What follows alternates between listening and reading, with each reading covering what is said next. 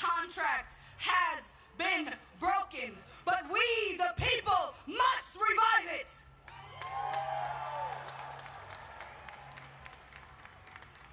We, the people, can be stewards for a land of the free. We, the people, can be brave and make this broken house into a home for all of us. Because we are the source of power in this country. Our labor, our taxes, and our faith keep this system going. So we must have the revolutionary hope that collectively we, the powerful people, have the capacity to create something better. I'm here to tell you that we must be audacious in our pursuit of fulfilling that generational mandate. Because with public sentiment, nothing can fail. And without it, this system cannot succeed.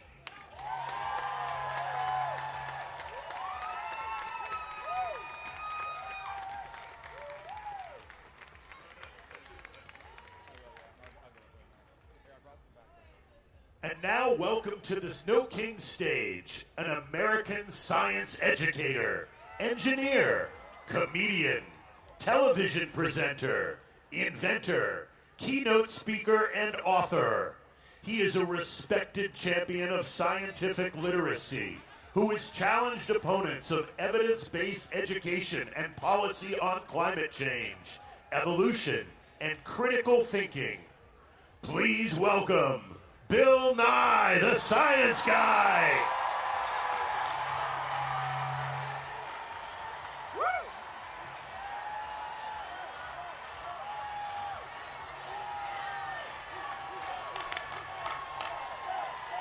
We love that song, Hello, DC.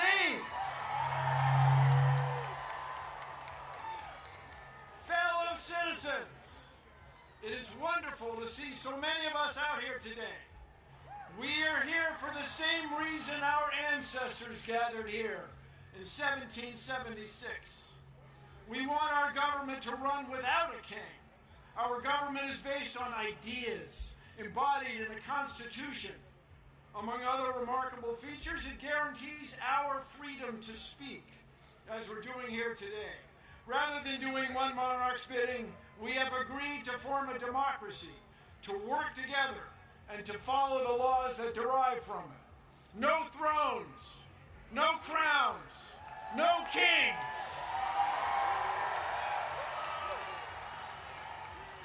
As many of you know, I am a native Washingtonian. I grew up here within the city boundaries. And when you grow up here, the affairs of the federal government are very much a part of your life. I remember well sitting on my father's shoulders and waving to astronauts as we as a nation celebrated their accomplishments back in 1964. In 1964, that was the first year my parents could vote for president as citizens of the District of Columbia. We still do not have voting representation in the district.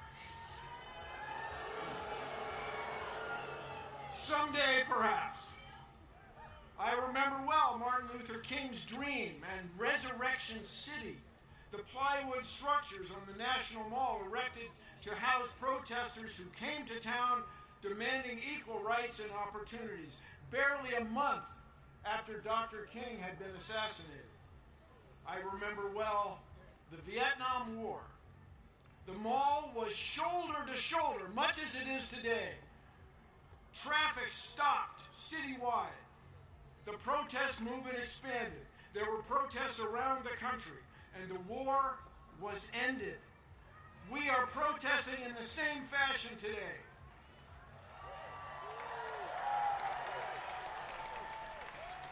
Only today, the stakes are higher. Rather than abandoning a war against an elusive, perhaps sometimes imaginary foe, we are confronting the possible end of our republic.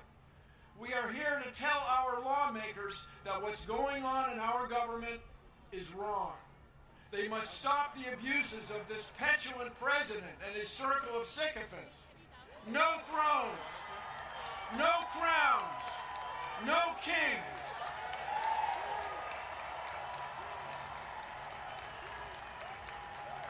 This president and his associates cannot tolerate dissent. To them, our free speech is frightening. They are arresting people and denying due process in courts. They tried to silence television hosts. They're trying to indict civil servants, prosecutors, judges, even their own cabinet members. But in this land, these sorts of actions are not new. In 1776, our ancestors had had enough. They declared independence from a king by means of a document stored safely right over there on Constitution Avenue in the National Archives. Although it was conceived 249 years ago, the Declaration of Independence describes a train of abuses connected with an absolute authority, a king with absolute power. No thrones, no crowns, no kings. Their king had refused to honor the law. Their king had refused to let lawmakers be elected. The king had made court judges dependent on his will. They cited the king sending, quote, swarms of officers to harass our people. Their language referred to, quote, cruelty and faithlessness scarcely paralleled in the most barbarous of ages. Their king was trying to, quote, render the military independent and superior to civil power. Our founders even censured King George for cutting off trade with all parts of the world. Did these actions sound familiar? 249 years later, no crowns, no thrones, no king. In short, the founders believed their king was, in their words, quote, totally unworthy to be the head of a civilized nation. No thrones, no crowns, no kings. Although the United Nations has been the world's leader, and although the United States has been the world's leader in science for decades, this president and the members of his cabinet even failed to accept scientific facts. Contrary to Article 1, Section 8 of the Constitution, they do not promote the progress of science. They suppress it to the detriment of our health, well-being, and international competitiveness. It is a formula for failure. How did we get here? It hasn't been one instance of abuse of the power of executive order by this president. It hasn't been just one twist in a court ruling. Instead, it has been years in the making. Enabled by this president, a group of Confederates has worked together to undo many of our traditions and understandings of fairness and of citizens' rights. And they've done this through an odd legal tactic to overwhelm our court system with legal game after legal game, trying to hold or impound money secretly in order to let legal deadlines pass, to pretend that people they don't know, who are from different backgrounds, are somehow not quite citizens and not worthy of respect under the law. No thrones, no crowns, no kings. Let us now raise our voices.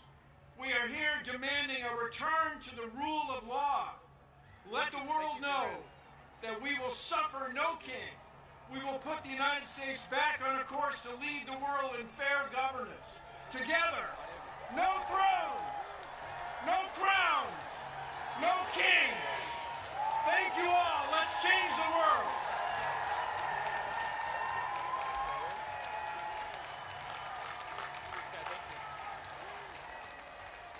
Ladies and gentlemen, now please welcome I-Jen Poo, a care advocate and organizer who serves as Executive Director of Caring Across Generations and President of the National Domestic Workers Alliance and Care in Action, and Randy Weingarten, President of the American Federation of Teachers. Hello, DC! Let me hear you say no kings! I'm so proud to share the stage today with my brilliant friend and sister hero, Randy Weingarten. And I bring greetings from the great city of Chicago.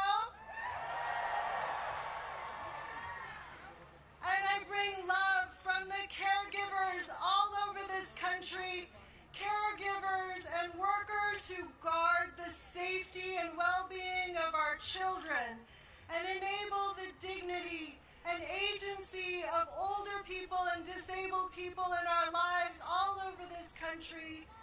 We are out marching in cities and towns all over this country today because we see what's happening.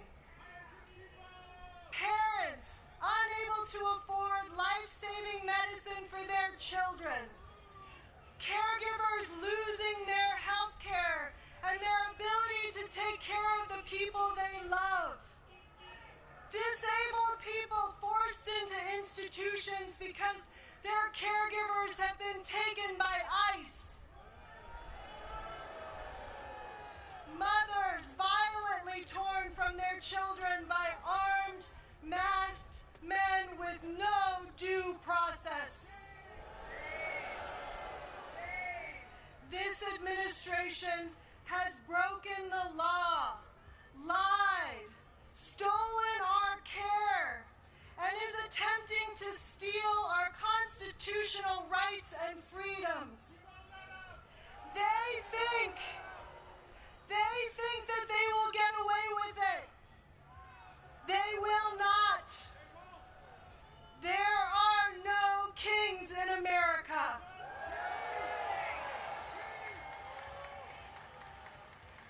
And you know what else I see? I see parents, caregivers, and teachers working together to make sure that immigrant children can go to school safely.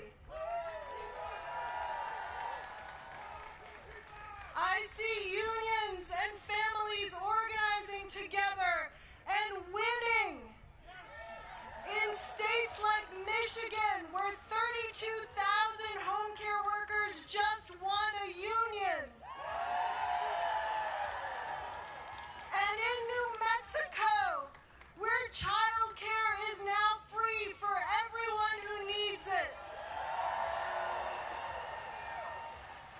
It's the bravery of everyday people coming together to protect each other, to push for a good life for our families in America. We can win. We are the caring majority, and we are greater than the cruelty of wannabe kings. So let's remember the strength of our numbers today. Let's remember that we are not alone. We are the caring majority. And let us continue to be brave. Are you with me? Yes! Are you with me?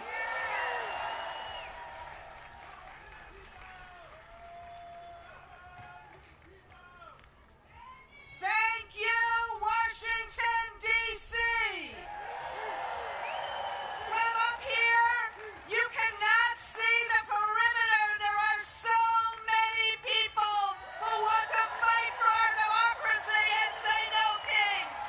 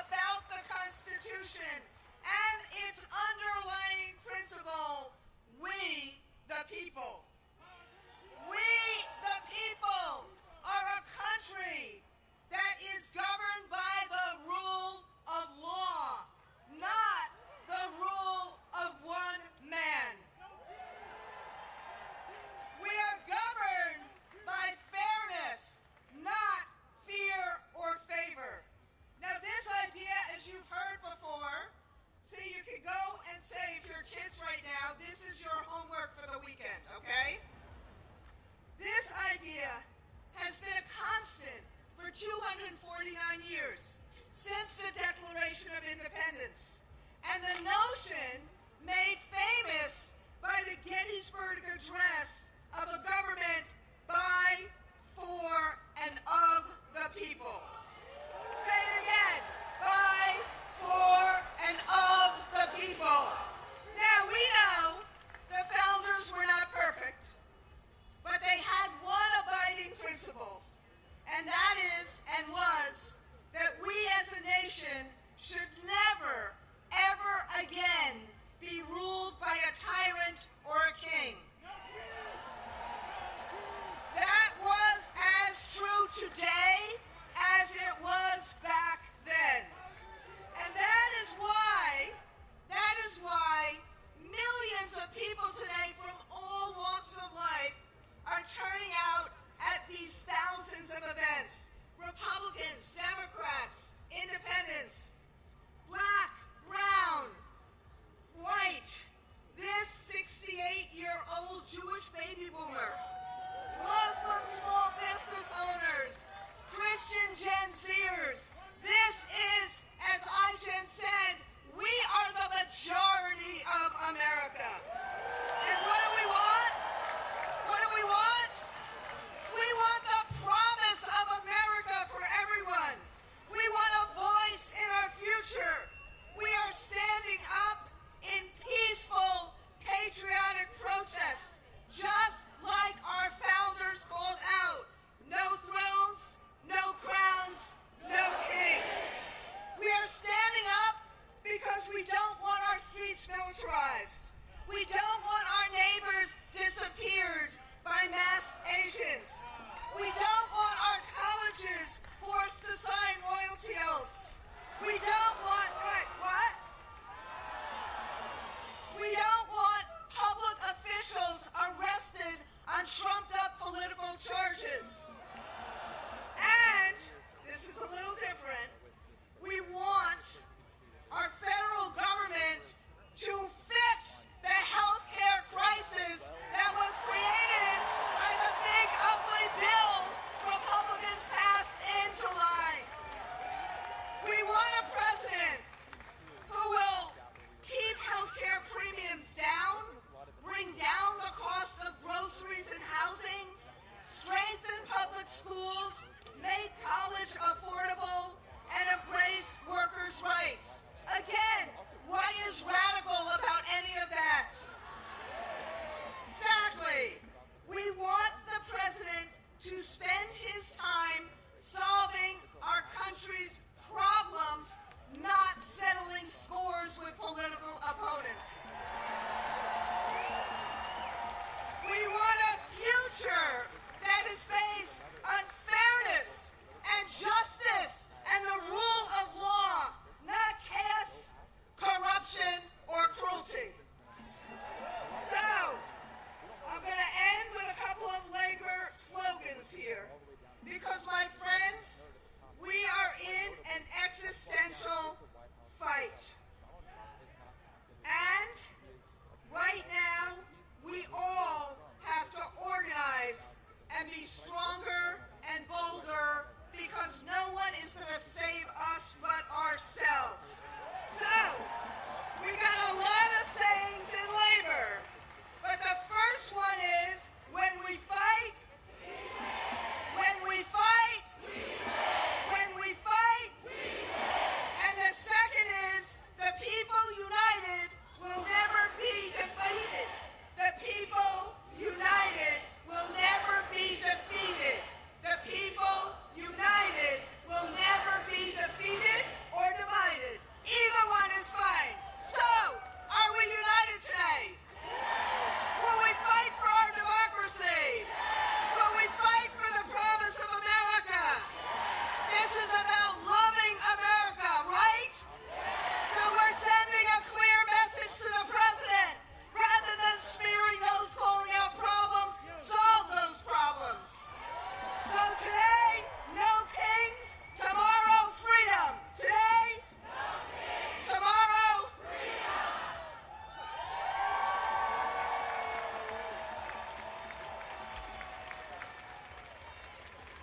Now please welcome the co-founder of the Black Votes Matter Fund, and one of the leading voices on voting rights, Cliff Albright. He is joined by 10th grader Zion, a youth student advocate from the Trigger Project. Good afternoon, everyone. My name is Zion Stewart. Good afternoon, everyone. My name is Zion Stewart, and I'm from W Street Southeast, better known as Traverse City. I grew up around a lot of trauma and violence like many kids in my neighborhood. I got connected to the Trigger Project through one of my mentors. Going through Trigger University, I feel something I never felt before. A safe space, people who believed in me, and a chance to learn the real causes and the disease of gun violence. More police doesn't fix what's really going on, it just adds more confusion and chaos. It doesn't heal our pain, it doesn't give us opportunities, or make us feel safe in our neighborhoods. Saying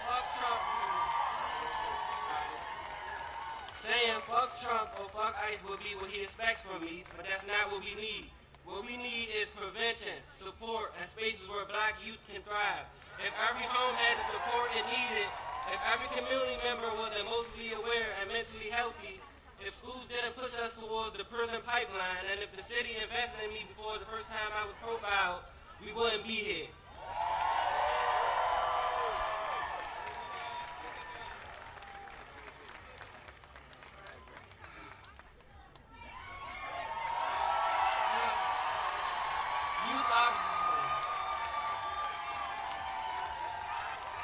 Youth are the solution, not the problem. We deserve to be understood, not blamed or preyed upon.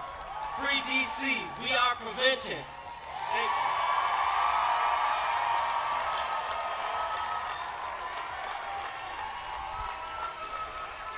Go give it up again for Zion.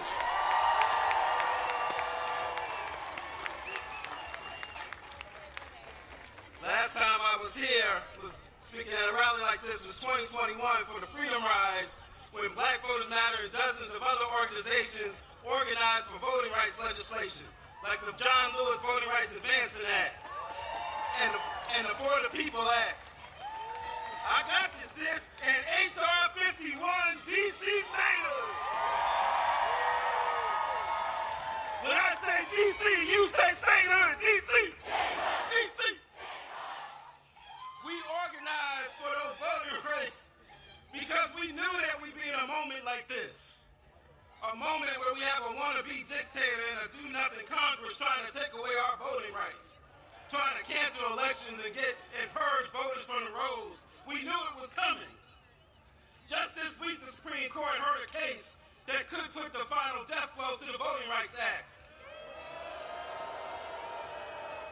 It could eliminate Black representation for Black communities, and it can create at least 19 seats that are currently protected by the Voting Rights Act would be eliminated by many of these red states. And this is happening at a time when we are seeing mid-decade redistricting in places like Texas and Missouri because we have somebody who wants to be a king. You have somebody who, just like he said to Georgia, go find me 11,700 votes. He's trying to tell these states, go find me 10 extra congressional seats, or 15 seats, or 20 seats. And this could create a permanent one-party rule at the expense of Black voters and Black communities. But like so many other issues that are rooted in anti-Blackness, that sickness won't just stay within the Black community, it affects this entire country. And so we join you in saying, no kings. But we gotta go beyond no kings, because the last time that call was made in 1776, 1/4 of this country's population was enslaved. And so we've got to go beyond no kings. We've got to recognize that they have used divide and conquer ever since that time in 76, or ever since 1619, to keep us divided, to divide those who were enslaved from those who were poor whites, to divide us from those indigenous brothers and sisters. They've been using that divide and conquer tactic, and they're still using it today to keep us divided, all of our communities. But I've got some good news for you, because what I know is this: if divide and conquer is one of the oldest tricks in the books, then by definition, one of the most revolutionary acts of resistance is simply to be united. to stand together, to sing together, to laugh together, to cry together, to fight together. Power to the people, yes, because what I also know is this: their hate cannot beat our love. And when I talk about our love, I'm not talking about a Valentine's Day kind of love. I'm talking about a radical love. I'm talking about you might have to flip over the money changes tables kind of love. I'm talking about a love that is merged with power, because those two things are not opposite, they go together. As Dr. King told us, power without love is reckless and abusive, but love without power is sentimental and anemic. That's what I'm talking about. He went on to say that power at its best is love implementing the demands of justice, and justice at its best is power correcting everything that stands against love. That's what we need. And when we have that kind of love and power, when we walk in that kind of love and power that sees all of our communities, from Vermont all the way to Memphis, from LA all the way over to DC, especially Southeast DC. When we walk in that kind of love and power, there ain't nothing that I want to be a small, petty dictator. There ain't nothing that he can do to stop us. Because when we walk in that kind of love and power, there's nothing that we can't do. But we've got to believe we've got that power. Do y'all believe? Do you believe? Let me hear you say, I believe. Let me hear you say it with all your heart, from the depths of your soul. Say, I believe. Let me see you put a fist up and say it so loud that the wannabe small man in the White House can hear you say, I believe. And when we believe, then we will truly build the society that we want. And that society will have no kings. Thank y'all.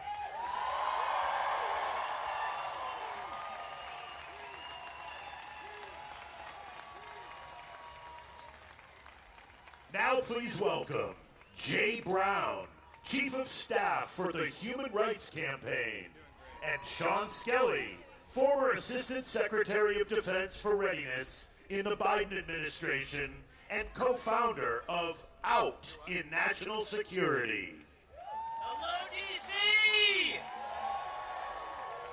My name is Jay Brown, and I'm with the Human Rights Campaign, the nation's largest LGBTQ civil rights organization in the country.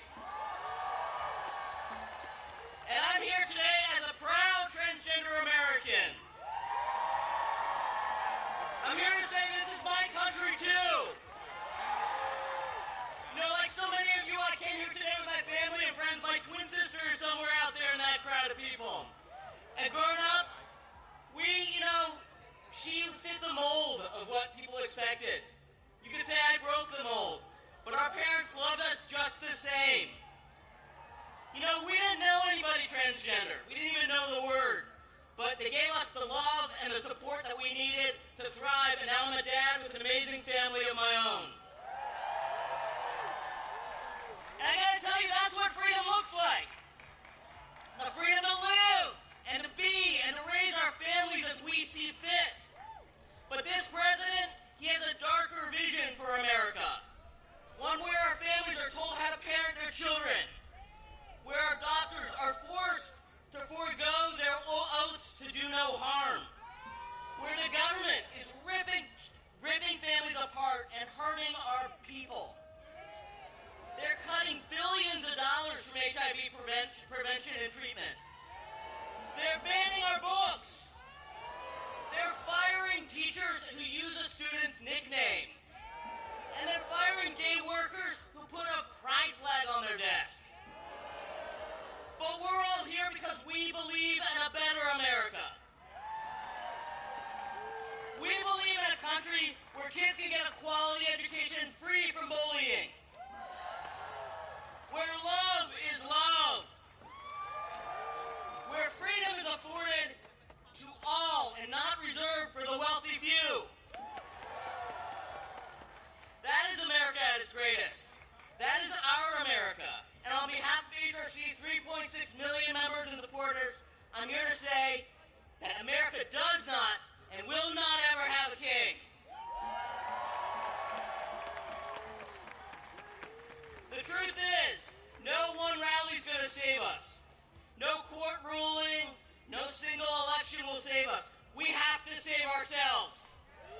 We have to build workplaces that are safe, classrooms that are welcoming, communities where we see each other not as our enemies, but as our neighbors. And we must always resist the temptation to believe only in the worst of this country. That's what he wants. He wants us to be defeated. Are we going to be defeated? No. He wants us to be silent. Are we going to be silenced? No. He wants us to be scared. Are we scared? No. You know, we have the power to build a better tomorrow. LGBTQ plus people, we live in every zip code and are from every background. We were born here and we immigrated here. We come from red families and from blue families. And we are here to say that this is our America too. No one knows that better. No one knows that better than my friend and a tireless public servant who's on stage with me today. A true patriot who knows the cost of freedom. I'm proud to pass the mic to former Assistant Secretary of Defense for Readiness and our HRC board member, Sean Skelly.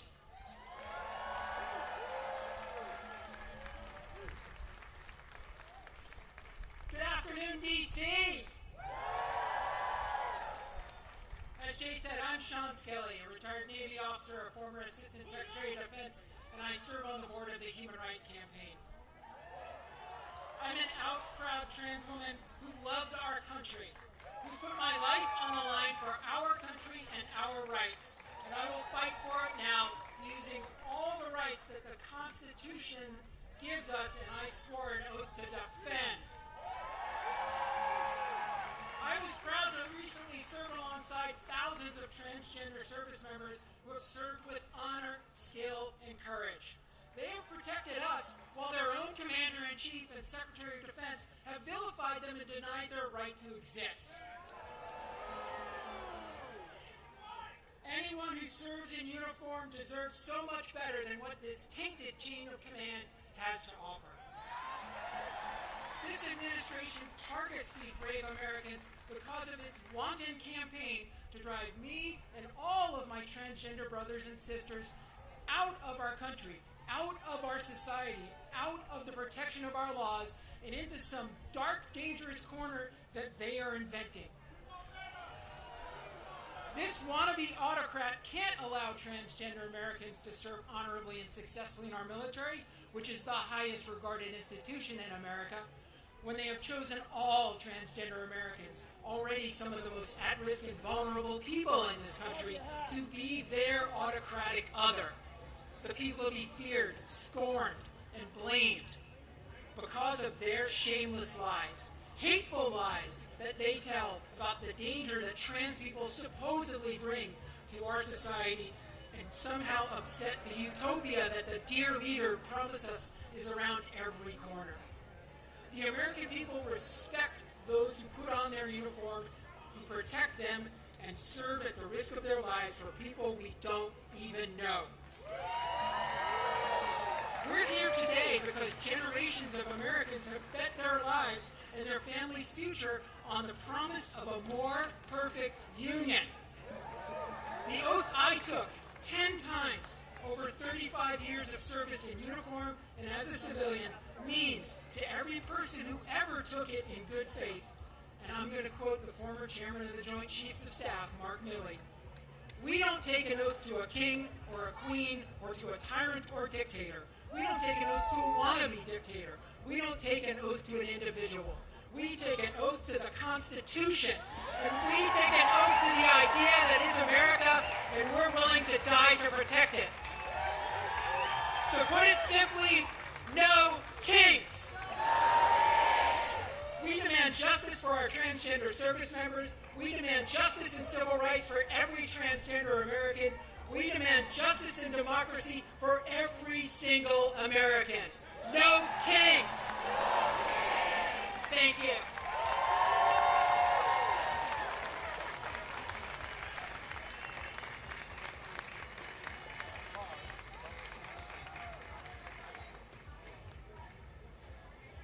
And now, please welcome to the stage, Needy Taylor, Executive Director of Harriet's Wildest Dreams. and Kaya Chatterjee, Executive Director of Free DC.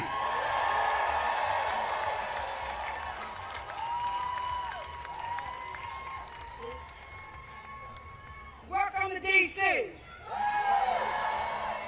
I hear y'all say welcome to DC.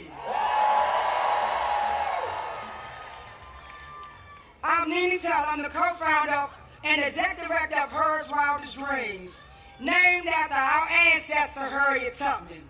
I am also the co-founder of Free DC. I was born and raised right here in Southeast Washington, D.C.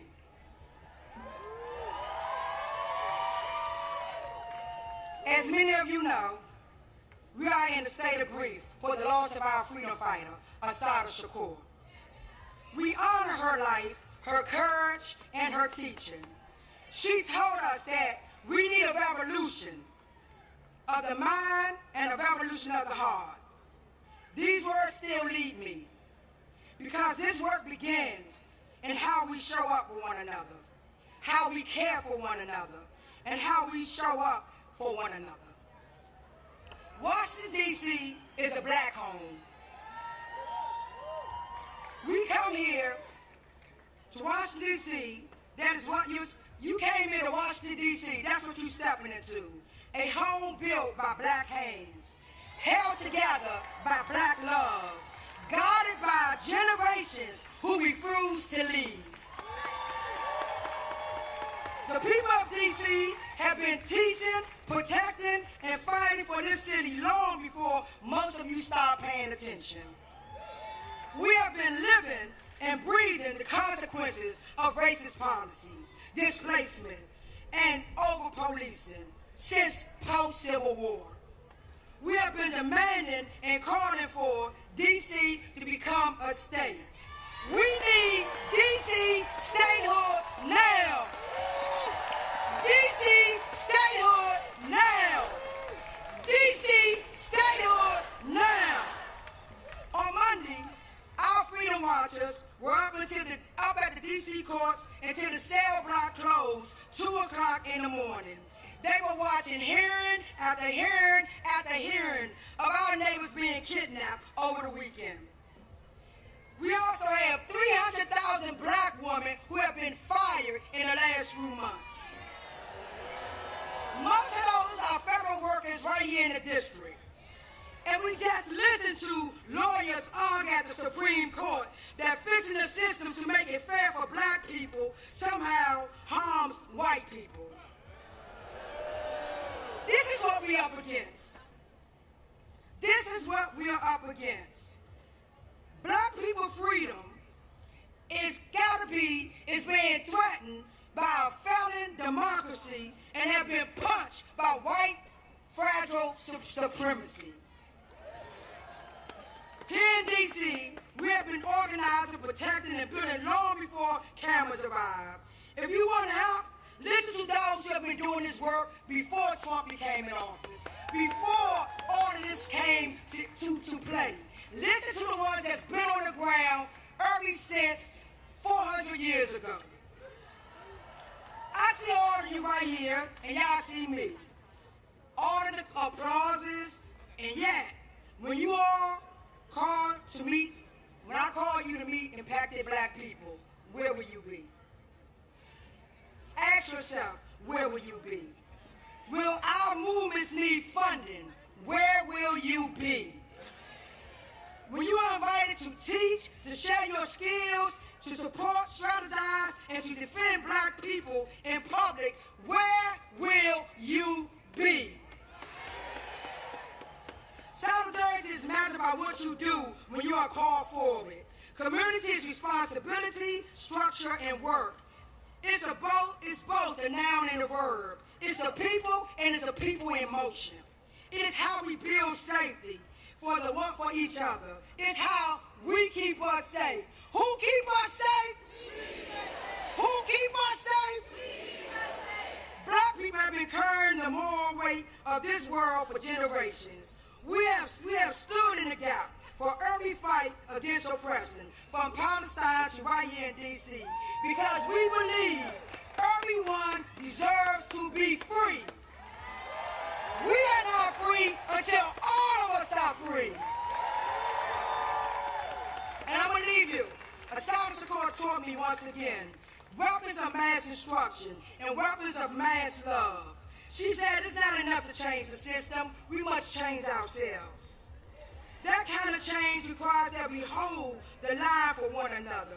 Protest black people in public and in private. I see you, I see your faces, just like you see mine. Will you tomorrow?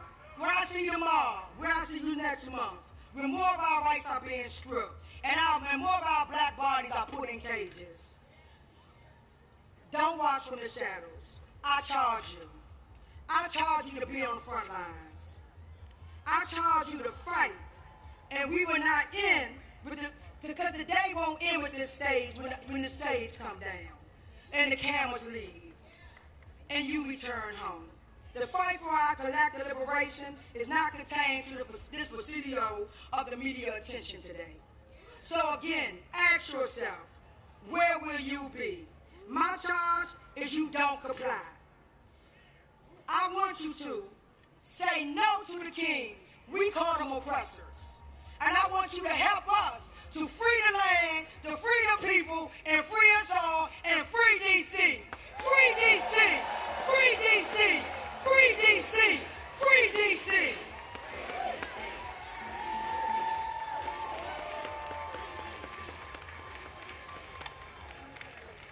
All right, my name is Kaya Chatterjee. Thank you so much, Nini. I am with Nini, one of the co-founders of Free DC and the executive director of Free DC, and we are the movement to protect DC home rule and win lasting dignity for the 700,000 people of DC. Let me hear you, DC. Who out here is here today for a Free DC?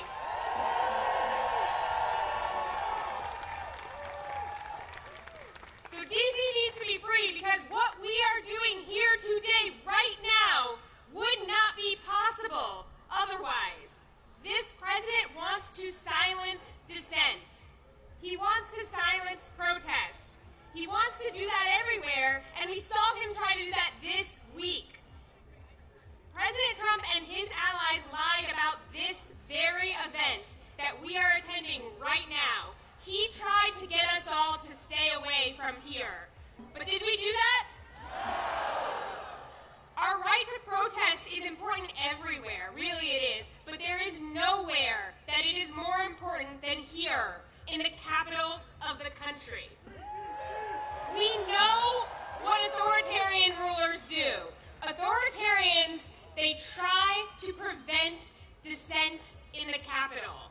They want to control capitals. They have tried to control capitals through the history of time and space because controlling a capital is a way to control a nation and a way to prevent the transfer of power. This president is no different from those authoritarians, and we saw that on January 6th, right? We saw that. And this president started attacking D.C. again the day he took office again. Today, we are in our third month of military occupation by armed forces from multiple other states in D.C. There are gangs of federal agents who are attacking our communities.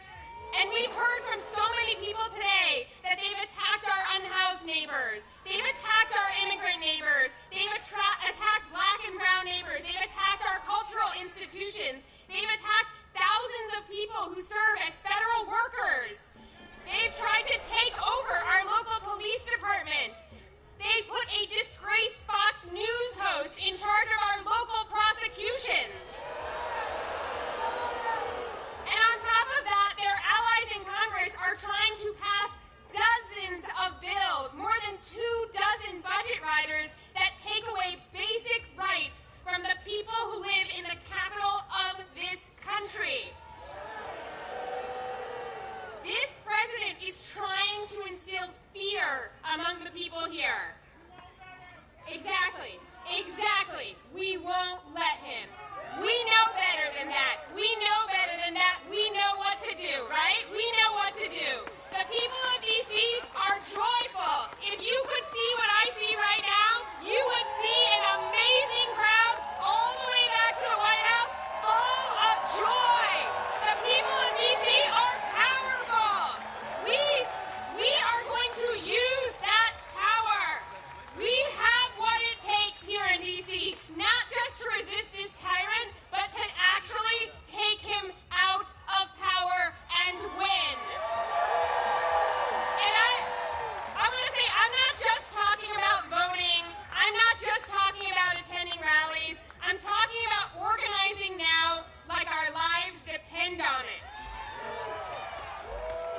When we act collectively, if you could see the number of people here, plus think of all the people in all the other cities, when we act collectively, we have so much more power than we realize. We have way more power than they do. We have power as workers. Who here is in a union? If you're not in a union, get in a union. Talk to your coworkers about collective action. We have power as consumers. We can choose to either fuel the companies that are profiting off of our oppression, or we can starve those companies. We have power as jurors.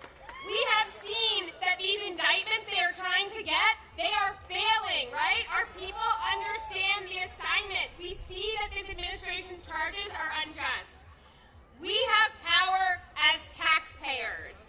We are all right now collectively funding this regime, and we have the power to slow that down, right? We know what's on our license plate here in D.C. What's it say? That's right. And we have power as community members. We can engage in our sacred duty to protect one another, to support one another in solidarity, and to reject this cruelty agenda that we're seeing unfold. And if those are things that you want to be a part of and you aren't already, come find the Free DC action tents. They're over to the right. I know it's like so crowded you can't even see where I'm waving here, but they're in John Marshall Park over to the right, and you can join the effort and the power it takes to win. We're also at freedcproject.org. What we have seen over the last 10 months is that every single time they attack us, if we respond, we grow stronger. Every time they attack us, we grow more united, we grow our people, and we grow our resolve, and we learn what it takes to take them down. We're building unity, we're building power, and we are going to demand full power over our local money, our DC National Guard, our local laws, and ultimately, yes, we will be admitted as the 51st state of the United States of America. It is not going to be Canada, it's not going to be Greenland, it's going to be DC. And our entire national democracy will always be at risk until that happens, until we actually protect the capital of this country. And that means that everyone across this country needs a free DC. From Ward 1 to Ward 8, from Los Angeles to Chicago, from Memphis to Portland, we are more united now than we have ever been. We are united against deploying the military against our people. We are united against attacks on our democracy, and we are united against this agenda of cruelty that we are seeing unfold before our eyes. Together, we, the people here today, and all our friends we organized, we're going to bring it to an end. Free DC! Free DC! Free DC! Free DC! Free DC! Free DC!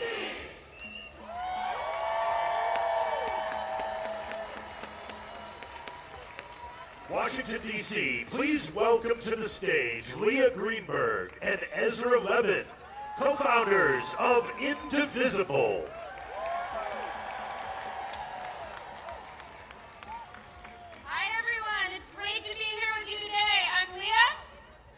I'm Leah's husband.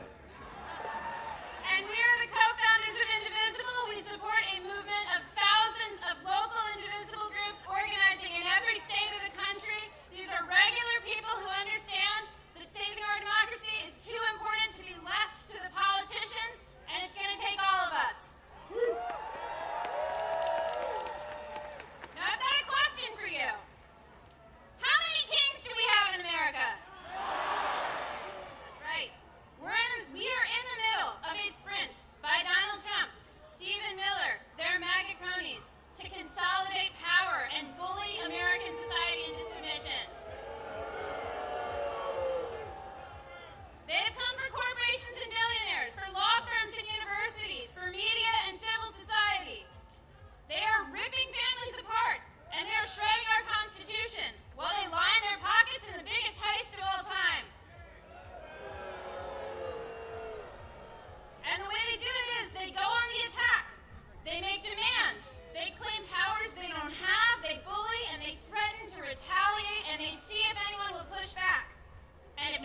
pushes back, they win, and then they go on to the next attack. They're doing everything they can to convince us that they are all powerful, that they are inevitable, that they will win. And I need you to hear me. It's a lie. Woo! It's always been a lie. And the greatest danger we face is not Trump. It is how we, as a society, respond to this bullying, to this chilling effect. If we preemptively obey, if we shrink back, if we make ourselves small, if we do what they want in advance. Now we saw them try this play this week. Mike Johnson, Stephen Miller, their cronies on Fox News. They have spent the last week on the attack against No Kings, smearing all of us as anti-American. They tried to scare us out of gathering here today. And I've got a question for you. Are we afraid? Did they scare us off? Are we going to back down now? That's right, because what we are doing here today is as American as apple pie. We are standing up for our rights. We are standing up for our neighbors. We are here because we understand.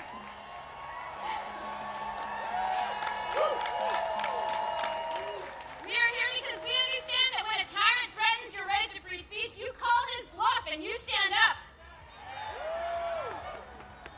In every action and every day, we defy the regime. So I've got something to say to Mike Johnson, Speaker Mike Johnson, who spent all week smearing regular Americans. There are nearly a dozen No Kings protests happening across your district today.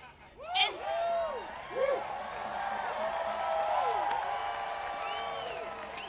since you've not been doing your job for over a month now, I bet you've got time to stop by.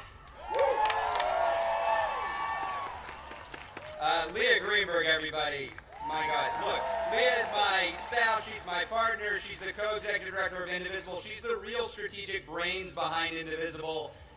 We are indebted to her for her strategic vision. I'm biased, but I think we all agree. Look, I'm just here to tell a story. And I think it's important for us to tell the story of these First Amendment rights that Leah is talking about. And this story I want to tell is about the first No Kings Day. Who here was at the first No Kings Day? Whoa. No, I don't think y'all were there. This was a quarter of a millennia ago. This was 250 years ago, 1775. They called it the Continental Congress. They didn't have the branding we did. But it was the first No Kings Day protest. What they did, they brought themselves together in opposition to this would-be monarchical ruler who was steamrolling the American public. He was occupying and invading American cities. He was terrorizing American communities. He was picking out his favorites and persecuting his political enemies. He didn't believe in democracy at all. Can you imagine? Can you imagine such a ruler over America? It was bleak. It was bleak. So what did our fellow Americans do? They put together a No Kings rally to give us a constitution. That's what they did. That's our history. Whose history? Whose history?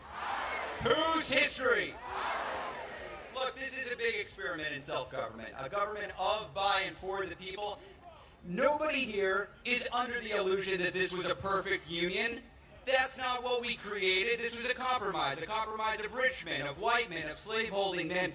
But this imperfect union that they put together, it also gave us some fundamental rights to make it more perfect. Who has been using those rights? The abolitionists, the suffragists, the heroes of the civil rights movement, the leaders at Stonewall, the leaders in the Dreamer movement, and all of us here. All of us here. Whose rights? Our rights. Whose rights? Our rights. Ben Franklin, that lovely Benny, what did he say? Benny told us all, when asked what they had created, he said, a republic if you can keep it. Who's going to keep this? Who's keeping this republic? That's right. We love this country enough to demand more of it. You know who doesn't want us to make any demands? This regime. The tech fascists, the billionaire backers, they want us lazy and pliant and docile. They want us alone and afraid and powerless. Are we powerless? Are we alone?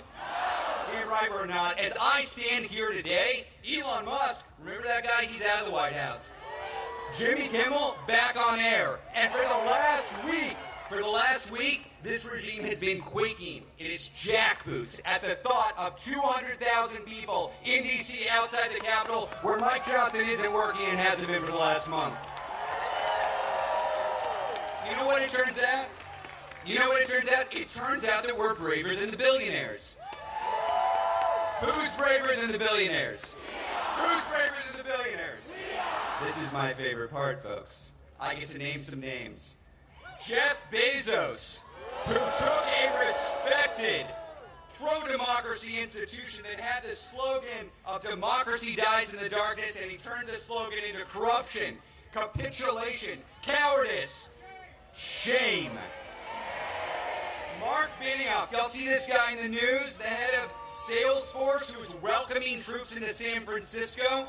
This guy who is begging to give artificial intelligence to ICE to triple their size? Shame. Daniel Ek, you don't know who Daniel Ek is, do you? The CEO of Spotify, which right now is robbing from musicians and running ads to recruit for a secret police force that terrorizes our communities. Mark Zuckerberg, end of story. Need I say more? But we're not just booing, y'all. We're not just booing, we're organizing. This is a movement of everyone in this country who is taking a side. We are taking a side. It is a time to choose that side. Are you on the side of the MAGA forces, of the Nazis, of the billionaires? Hell no. So I ask businesses, universities, churches, which side are you on? We're on the people's side. Which side? Look, nobody on this stage has told you there's no need to have fear. We see what this regime is doing. We see them rallying their sabers. We see them sending troops into communities. We see them zip-tying children and dragging them out of apartments. We see this. This movement, the 200,000 of us here, this movement is not a fearless movement. It's better than that. It's a brave movement. The other side wants to suppress dissent, chill free speech, and come after their opponents. We're not here because we're fearless. We're here because we're better than fear. We're braver than billionaires, and we're bigger than ever before. We're going to win this, y'all, because we believe, as all Americans believe, we don't do kings here. How many kings? How many kings? Now, we had a little bit of extra time in the program, and a guy in Vermont with some ideas about this wanted to come up. So let's have him out.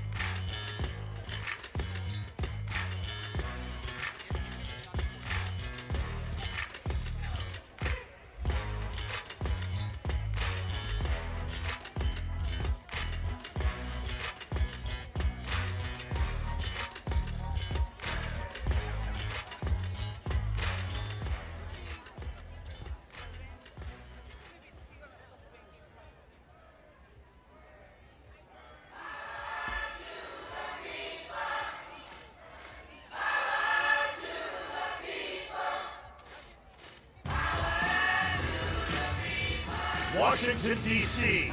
Are you ready? Here we go. Please welcome the senior senator from the great state of Vermont, the Honorable Bernie Sanders.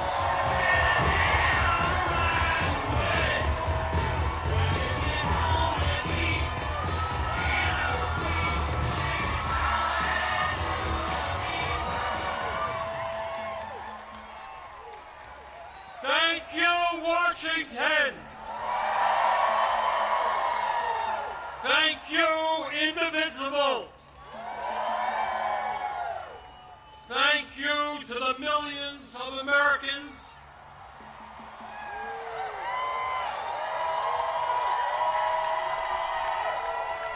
from our smallest towns to our largest cities in every state in our country who are gathering today at thousands of rallies. Mike Johnson, the Republican Speaker of the House, called these rallies Hate America events. Boy, does he have it wrong. Millions of Americans are coming out today not because they hate America. We're here because we love America.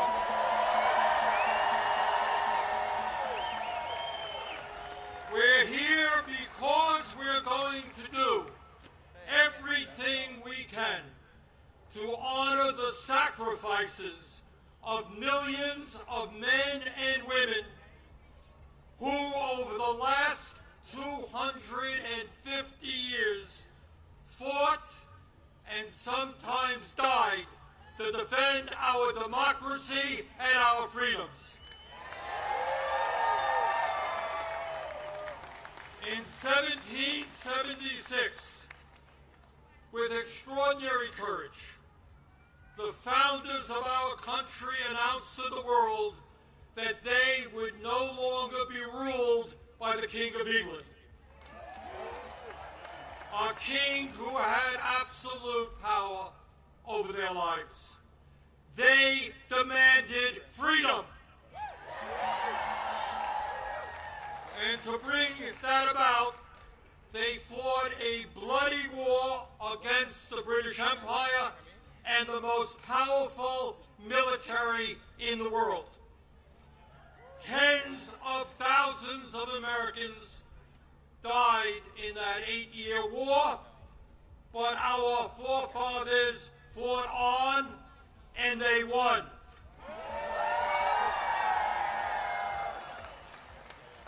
And in 1789, after winning that war, they did something extraordinary. They established the first democratic form of government in modern history. They said loudly and boldly to the entire world, no more kings. In America, they said, we the people will rule. And today,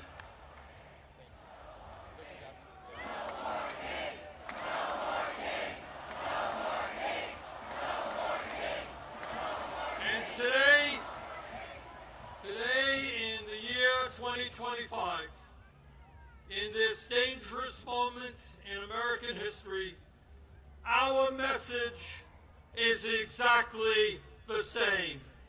No, President Trump, we don't want you or any other king to rule us. Thank you very much, but we will maintain our democratic form of society. We will not move toward authoritarianism in America. We, the people, will rule.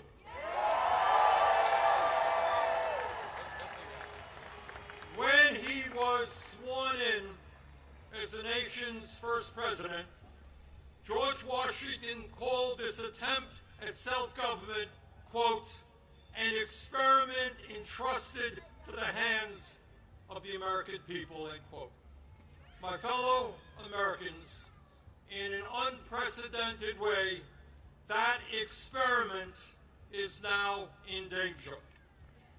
It is in danger when we have a president who wants more and more power in his own hands and in the hands of his fellow oligarchs. It is in danger when we have a president who claims that peaceful protests in Portland, Oregon, or Chicago, Illinois, is an insurrection, and calls in the U.S. military, and then threatens to arrest the mayors and governors who resist them. It is in danger when we have masked agents working for ICE, breaking down doors, throwing people into vans without due process, and taking them to God knows where. It is in danger when we have a president who sues and intimidates the media, who wants no criticism of him and his policies, and who undermines the First Amendment of our Constitution, the very foundation of American democracy. Our country is in danger when we have a president who threatens to arrest or imprison political opponents who stand against him, including the Attorney General of New York State, a sitting U.S. Senator, and the Governor of California. It is in danger when we have a president who undermines freedom of thought and dissent at our colleges and universities, and who attacks law firms that oppose him in court. It is in danger when we have a president who threatens to impeach judges who rule against him. It is in danger when we have a president who ignores Congress, refuses to spend money that Congress appropriates, and takes away money from states who voted against him. It is in danger when we have a president who demands that states redraw congressional maps to ensure that his chosen candidates win future elections. It is in danger when we have a president who illegally fires tens of thousands of federal employees right here in Washington, D.C. and throughout our country, and rips up union contracts that workers have fought for and won. It is in danger when we have a president who grossly violates the Constitution by accepting gifts from foreign leaders, including a $400 million plane from the royal family of Qatar, and then allows that family to build an Air Force facility in Idaho. Let us be clear. This moment is not just about one man's greed, one man's corruption, or one man's contempt for the Constitution. This is about a handful of the wealthiest people on earth who in their insatiable greed have hijacked our economy and our political system in order to enrich themselves at the expense of working families throughout this country. Yes, yeah, I am talking about Elon Musk, Jeff Bezos, Mark Zuckerberg, and the other multi-billionaires who were sitting right behind Trump when he was inaugurated. Remember that? The very same billionaires who funded his campaign, who have bestowed gifts upon him, and who have seen huge increases in their wealth and power since Trump took office. Yeah, yes, I am talking about the insanity of one person, Mr. Musk, owning more wealth than the bottom 52% of American households. I'm talking about the incredible injustice of the top 1% in America now owning more wealth than the bottom 93%. I'm talking about the richest people in America becoming much, much richer, while 60% of our people live paycheck to paycheck, struggling every day to pay their rent and mortgages, pay for child care and education, pay for their health care and prescription drugs, afford decent quality food for their kids, and maybe, just maybe, put aside a few bucks for their retirements. I am talking about our nation, the richest country in the history of the world, having the highest rate of childhood and senior poverty of almost any major country on earth. I am talking about our great nation, having 85 million Americans uninsured or underinsured, and 800,000 people who are homeless, including people a few blocks from here. All the while Mr. Musk is on his way to becoming a trillionaire. I am talking about the incredible danger of the richest people in this country pouring hundreds of billions of dollars into artificial intelligence and robotics, which in the next decade will decimate tens of millions of jobs for the American working class. I'm talking about a billionaire class who believe that they have the divine right to rule, and who not only want massive tax breaks for themselves, but who reject any form of accountability or checks on their power. My fellow Americans, we rejected the divine right of kings in the 1770s.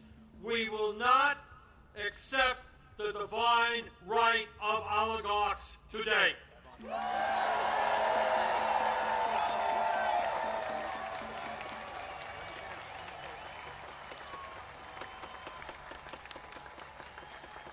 And now let's take a brief look at where we are today. Where we are today on the 18th day of a government shutdown, which is depriving millions of federal employees of the paychecks they desperately need and deserve. Let me cut to the chase and tell you exactly what this shutdown is all about. As a result of Trump's big, beautiful disgraceful bill, which made massive cuts to Medicaid and the Affordable Care Act. 15 million low-income and working-class Americans are going to lose the health care they desperately need to stay alive. My friends, studies suggest that when you throw those 15 million people off of the health care they presently have, 50,000 of them will die unnecessarily every single year. 50,000 Americans will die unnecessarily every single year. But that's not all. As a result of that same terrible piece of legislation, over 20 million Americans are going to see on average a doubling of their health insurance premiums through the Affordable Care Act. In my state of Vermont just the other day, people received notices from insurance companies that their health care premiums in some cases would triple or quadruple. And that is going on all over the country. At a time when we already pay, by far, the highest prices in the world for health care, millions of Americans are going to see outrageous increases in their health care premiums, which they cannot afford.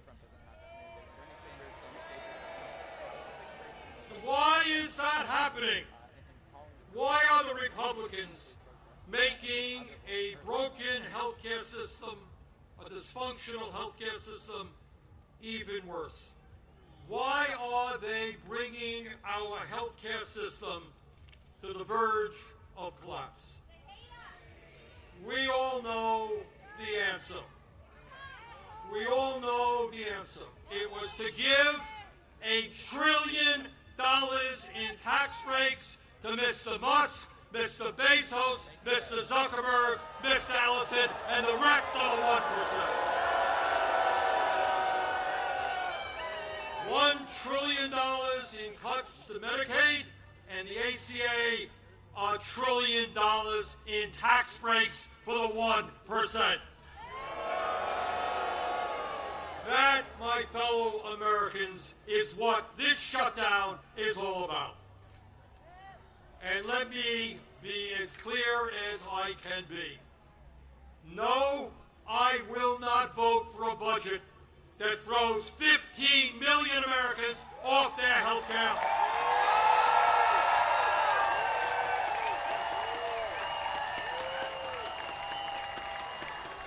No, I will not vote for a budget that doubles premiums for 20 million Americans. No, I will not vote for a budget that forces nursing homes, rural hospitals, community health centers to lay off staff and close their doors throughout this country. All to give huge tax breaks to the billionaire class. So today, right now, I say to my Republican colleagues, come back from your month-long vacation.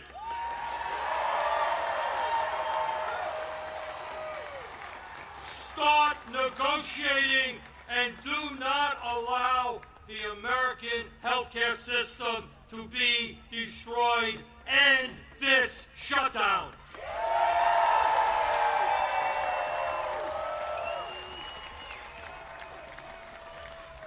My fellow Americans, we are the greatest country in the history of the world.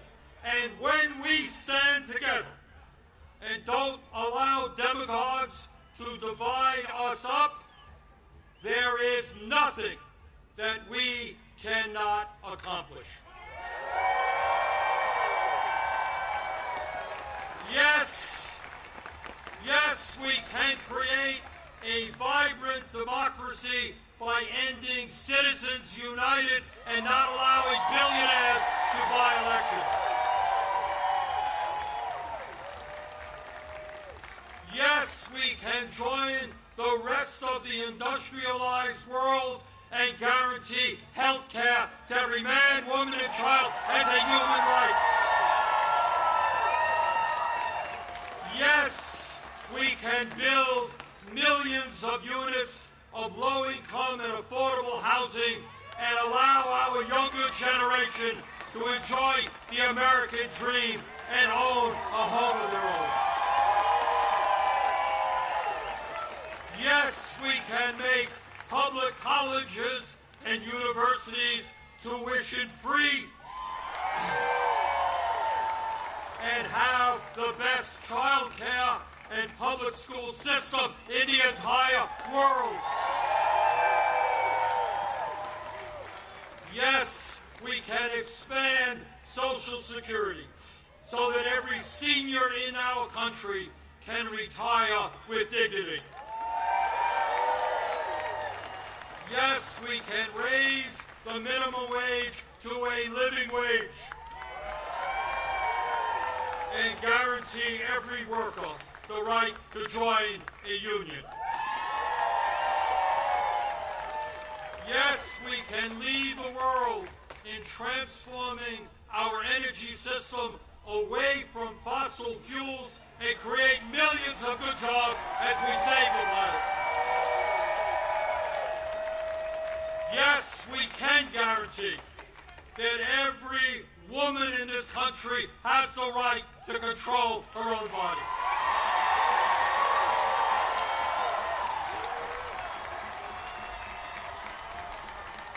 Yes, we can have a foreign policy that guarantees that never again will American taxpayer dollars be used to starve children in Gaza or any place else.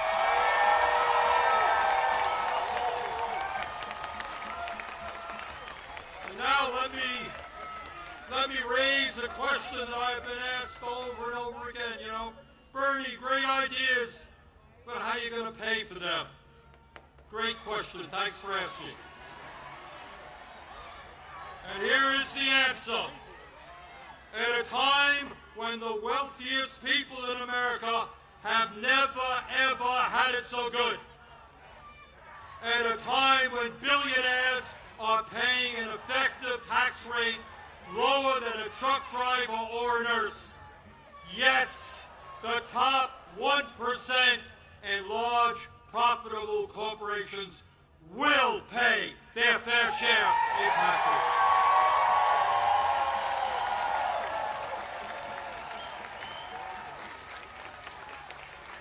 My fellow Americans, the establishment, including the corporate media and many of my colleagues in Congress, want you to believe that you are powerless.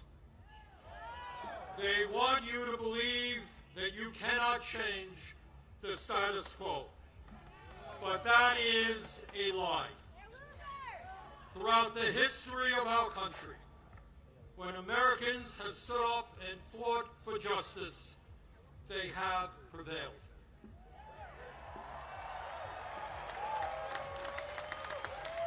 When the founders stood up to King George, they were told it was impossible, but they won. When abolitionists fought to end slavery, they were told it was impossible, but they won. When workers organized to form unions and stood up to their bosses, they were told it was impossible, but they won. When women demanded the right to vote, they were told it was impossible, but they won. When black Americans fought to end segregation, they were told it was impossible, but they won. When the LGBT community stood up for their rights, they were told it was impossible, but they won.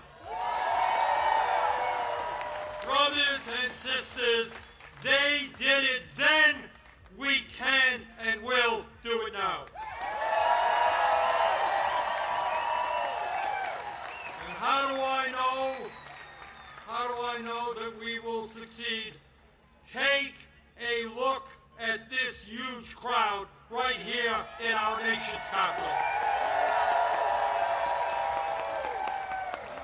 But it is not just here, as I understand it today, October 18th, 2025, there are more people out on the streets in more communities all over our country than we have ever seen in American history.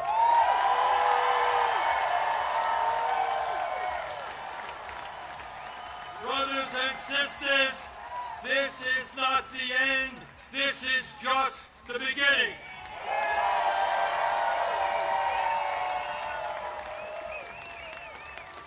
Together, when we stand united, when we don't allow Trump or anybody else to divide us up by the color of our skin or where we were born or our sexual orientation, when we stand together, we will create the kind of nation that you and I know we can become.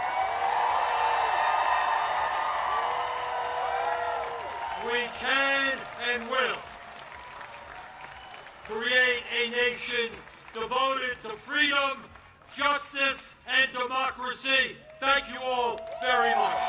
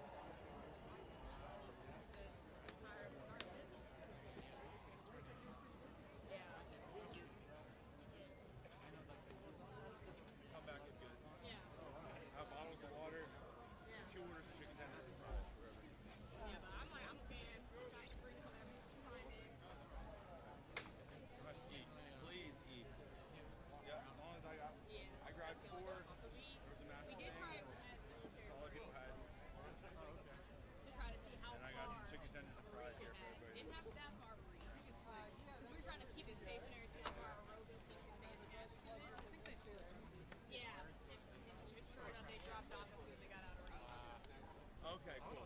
I just grabbed it for whoever was around. Yeah.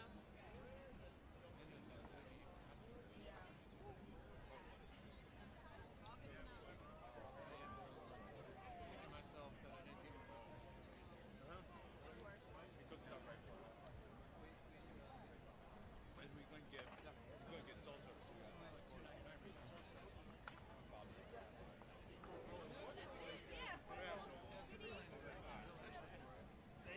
Hey, might as well. Might as well.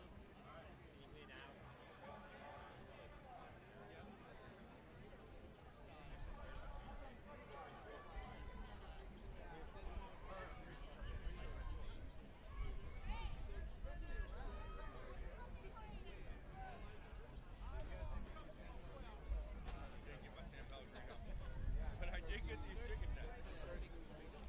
Turkey black, yeah, it's a baked avocado.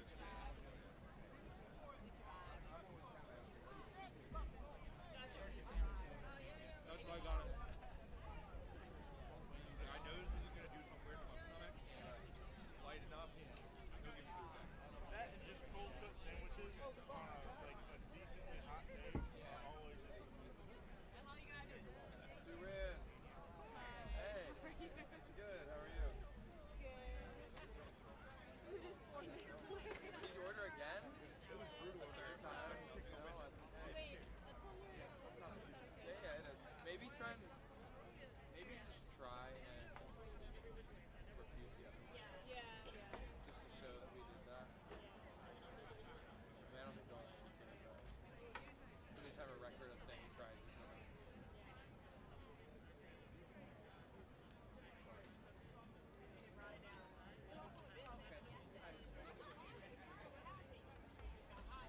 So they're gonna start breaking down.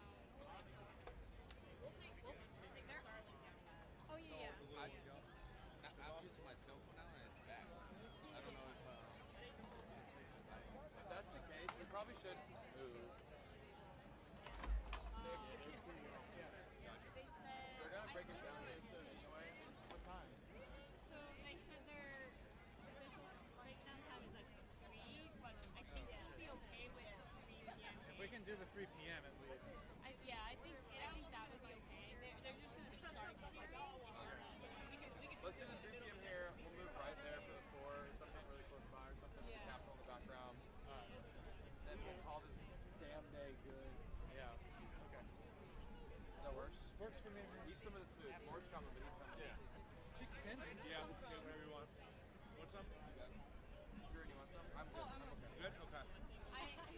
My order is coming. Okay, no, yeah, we were just down there. I was like, I'm just going to grab the simplest thing we can. So they did the control do it to keep the B-roll in? Yeah, so when I called them to feed B-roll, they said, I'll switch it to a 10 second so it like comes in clean. Start getting the shades. But we'll switch it back for the live. And I guess they just never did. I should have called back and let them know. But yeah, but also they should know. Well, I assume they did because they took over the unit and it was live. So I assume they saw it 10 seconds and changed it back. They went through or something.